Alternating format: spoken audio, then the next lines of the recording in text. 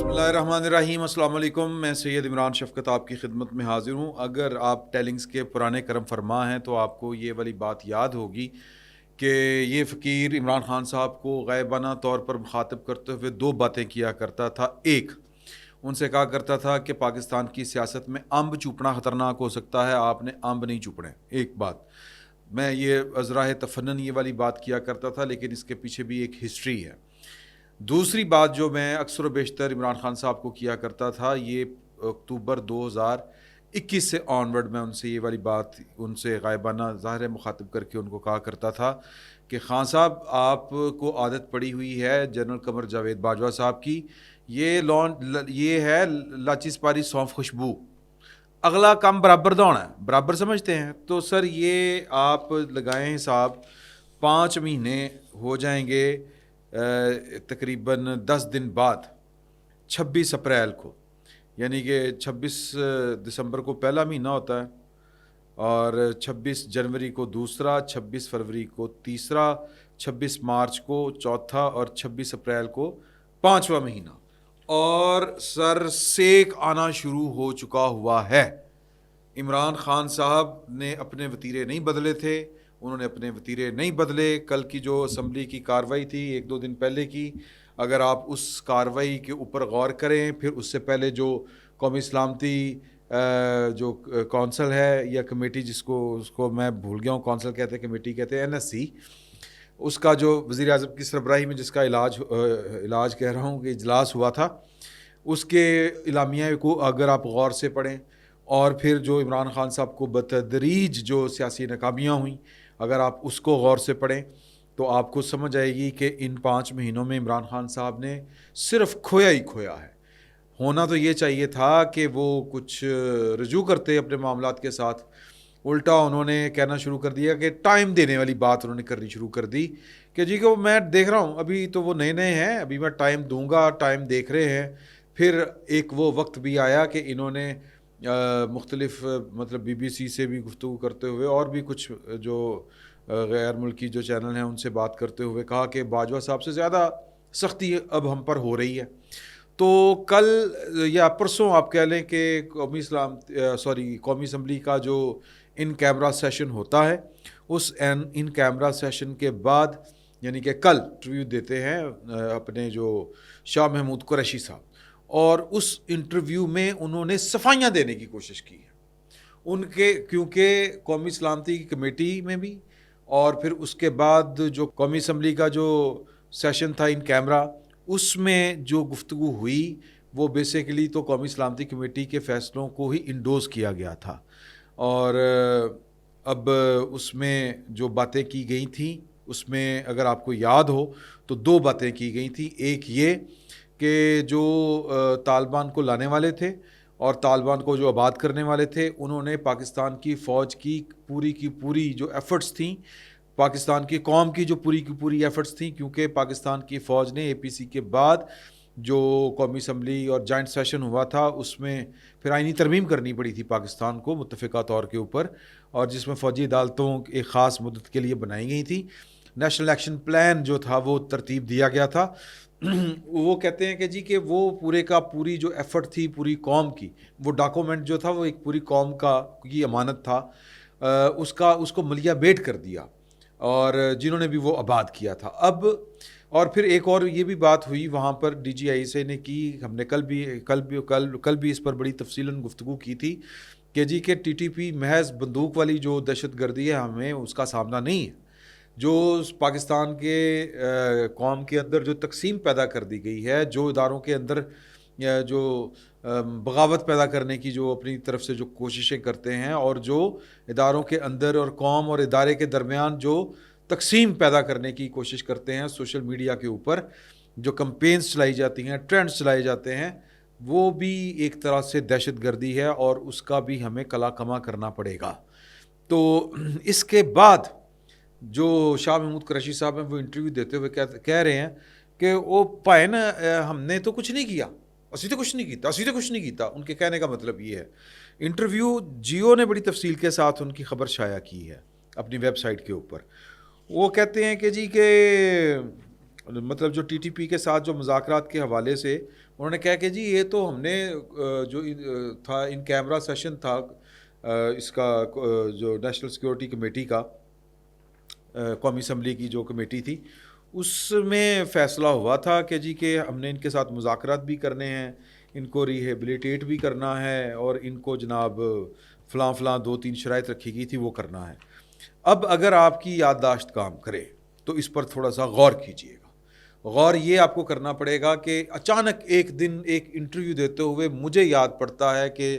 شاید یہ آسمہ شیرازی کو صدر مملکت جناب عارف علوی صاحب نے انٹرویو دیا تھا، یا کسی اور کو دیا ہوگا، میری یادداشت کے مطابق تو شاید یہ آسمہ شیرازی صاحبہ کو دیا تھا، لیکن ہو سکتا ہے کہ کسی اور کو دیا ہو، لیکن دیا تھا۔ اس انٹرویو میں انہوں نے انکشاف کیا تھا کہ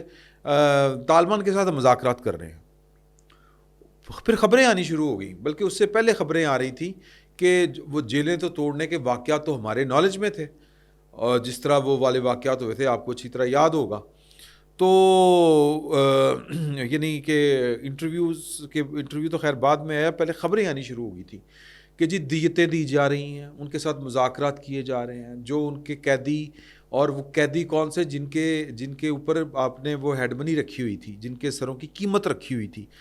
وہ سارے کے سارے جو ہیں ان کو رہا کرنے کے لیے مذاکرات ہوئے ہیں، ان کو رہا کیا گیا۔ احسان اللہ احسان جو ہے وہ آپ کی حراست سے بھاگ گیا یا بھگا دیا گیا۔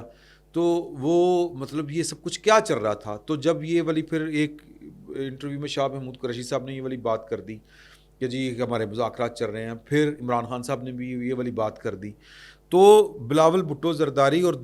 جو آصف زرداری اور بھی جو قومی رہنما ہیں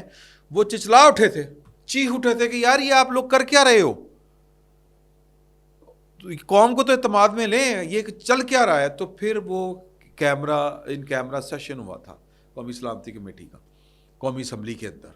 اور پھر اس میں جو خبریں آئی تھیں وہ یہ کہا گیا تھا کہ جی کہ D G I S I بھی تھے اس میں، اور انہوں نے کہا تھا کہ جی کہ وہ یہ ہے وہ ہے اس طرح کی باتیں، وہ مطلب یہ تھا کہ جی کہ مذاکرات ہی تو کر رہے ہیں، اس سے زیادہ کیا کر رہے ہیں، کچھ بھی نہیں، اور ہم جو کریں گے وہ قوم کے وسیع تر مفاد میں ہوگا، اے قوم دا وسیع تر مفاد ہے۔ تو اب وہ کہتے ہیں کہ جی کہ پھر اس کے بعد تو ہماری حکومت چلی گئی تھی، حکومت چلی گئی تو پھر جنہوں نے بات کی ہمارا تو ذمہ اوس پوس ہو گیا۔ تو سر آپ نے صرف مذاکرات کی بات کر کے اور کہ آئینی فریم ورک کے باہر نہیں ہم جائیں گے، آپ نے جو نیشنل ایکشن پلان تھا اس کو سبتاز کر دیا۔ اس کے تحت ایک پراپر جو ہے وہ گائیڈ لائن دی گئی تھی کہ جو مذاکرات کی طرف آئیں گے یا جو انٹرنل ڈسپلیس پرسن جو ہوتے ہیں، وہ آئی ڈی پیز جن کو ہم کہتے ہیں، جب آپ ان کو واپس آباد کریں گے تو پھر یہ میئرز ہوں گے جو آپ نے لینے ہیں، وہ تو خیر لیے نہیں۔ تو کہنے کا مطلب یہ ہے کہ وہ تو بڑا کلیئر کٹ ہے کہ اس کے ذمہ دار کون تھے۔ اس کے ذمہ دار اس وقت کے وزیر اعظم صاحب تھے، اس وقت کی گورنمنٹ تھی، اس وقت کے D G I S I تھے، اس وقت کے چیف آف آرمی اسٹاف تھے۔ تو اب یہ اپنی ذمہ داری اس سے تو چھڑا نہیں سکتے، کیونکہ اب ان کو لگ رہا ہے کہ یار کہ موڈ خراب ہو گیا بڑے لوگوں کا، وہ پیلی پتیلا راجا جانی ٹھوک کے برابر دے۔ میں بڑے عرصے سے کہہ رہا تھا یہ، اگر آپ عمران خان صاحب کے حواری ان کو یاد دلوائیں کہ آپ نے ہمیشہ کچی گولیاں کھیلی ہیں، مطلب کہ ایک ہوتا ہے کہ میچور پولیٹیکل موو ہوتی ہے ایک، وہ آپ سے تو ہوتی کوئی نہیں۔ آپ عمران خان صاحب کی جتنی بھی پولیٹیکل مووز ہیں اگر آپ ان کو اٹھا کے دیکھ لیں، ان کا تجزیہ کریں، تو وہ ایک وقتی اشتعال کے اندر نہیں فیصلے ہوتے، وہ والے فیصلے ہیں ان کے، وقت کی رو میں بہہ جانے والے فیصلے جو ہوتے ہیں، حالات کی رو میں بہہ جانے والے فیصلے، بڑا سوچ سمجھ کے، جس کو ہم کہتے ہیں نا چت کے وہ فیصلے نہیں، یعنی کہ سوچ تدبر کے ساتھ بہت سوچ سمجھ کے وہ والے فیصلے نہیں تھے۔ اور ظاہر ہے کہ آپ کو جتنا پاکستان آپ کے لیے کنسرن تھا، پاکستان سے کے مفادات جتنے کنسرن تھے آپ کے، وہ تھے، ان کے مطابق آپ چل رہے تھے۔ تو اب یہ جان چھڑوانے کی کوشش کر رہے ہیں، اور ایک اور جو یعنی یہ جان چھوٹتی ہے یا نہیں چھوٹتی، یہ آنے والا وقت فیصلہ کرے گا۔ اور ابھی تک کی جو صورتحال ہے وہ یہ ہے کہ جو ریاست کے اندر جو ریاستی پالیسی جو ایک نیشنل لیول کی تھی، جو قومی اسمبلی اور بلکہ پارلیمان سے مشترکہ طور کے اوپر جو متفقہ طور کے اوپر اپروو ہوئی تھی نیشنل ایکشن پلان کی صورت میں، اس سے جنہوں نے بٹرے کیا ہے، سر ان کو اس کی قیمت ادا کرنی پڑنی ہے، یہ میں بار بار کہہ رہا ہوں، اور یہ آپ کو، اور یہ ضروری نہیں ہے، کچھ لوگ تو نہیں چاہ رہے کہ یہ قیمت ادا کچھ لوگ قوتیں کریں. مثال کے طور کے اوپر آپ نے باجوہ صاحب کے انٹرویوز پڑھے ہوں گے، اور وہ کہہ رہے ہیں کہ جی کہ ہمارے سیاستدانوں کو یہ سمجھ نہیں آتی کہ فوج جو ہے وہ اپنے آرمی چیف کے اوپر کوئی کبھی کمپرومائز نہیں کرتی. سر کمپرومائز نہیں کرتی درست، لیکن کچھ حالات کا بھی جبر ہوتا ہے، کچھ فیصلے وقت کے بھی ہوتے ہیں. تو اللہ تعالیٰ صحت اور زندگی دے دونوں ہمارے جرنیلوں کو، جناب سابق chief of army staff Qamar Javed Bajwa صاحب اور جنرل فیاض حمید صاحب. آپ دیکھیں گے کہ ان کو قانون جو ہے سر، وہ اگر ان کا کچھ بگاڑ نہ بھی سکا تو ان کو چھو کے ضرور جائے گا. یہ بات آپ لکھ لیں. اور وہ جو چھونا ہوگا، وہ دیکھیں پرویز مشرف صاحب کو چھوا تھا پاکستان کے قانون نے، زندہ سلامت وہ پاکستان نہیں آ سکے، اور جان دے کے بھی آئے تو کیا آئے، مطلب 4 کندھوں پہ بھی بیٹھ کے آئے، تو پھر جس طرح آئے اور پھر جو ان کے ساتھ ہوا آپ سمجھ لیں. تو یہ ہوتا ہے وقت کا جبر، یہ ہوتا ہے وقت کا فیصلہ. تو یہ جو وقت کا فیصلہ ہے اور وقت کا جبر ہے، قانون کچھ نہ کچھ اپنی شکل دکھائے گا ان دونوں تینوں ہستیوں کو. تو لہٰذا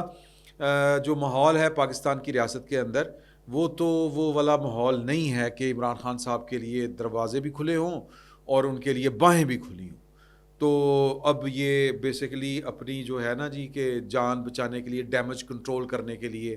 ادھر ادھر ہاتھ پاؤں مار رہے ہیں. میرا نہیں خیال کہ ان کے ہاتھ پاؤں جو ہیں وہ کوئی پراپر جگہ پہ لگیں گے، اور ان کو ڈوبتے کو تنکے کا سہارا تنکا بھی کوئی نہیں ہوگا.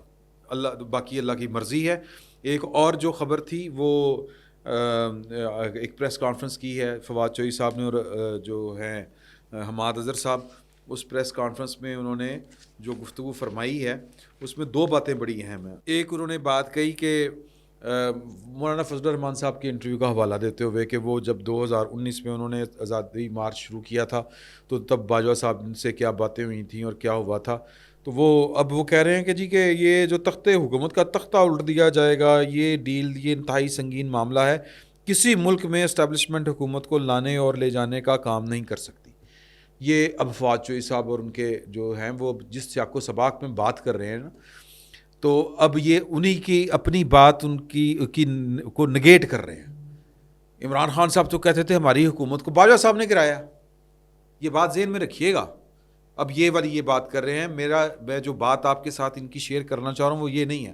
اب وہ بیسیکلی ان باتوں کے درمیان وہ ایک بات کر رہے ہیں کہ جی نگران حکومت کی مدت جو ہے اس میں توسیع نہیں ہو سکتی،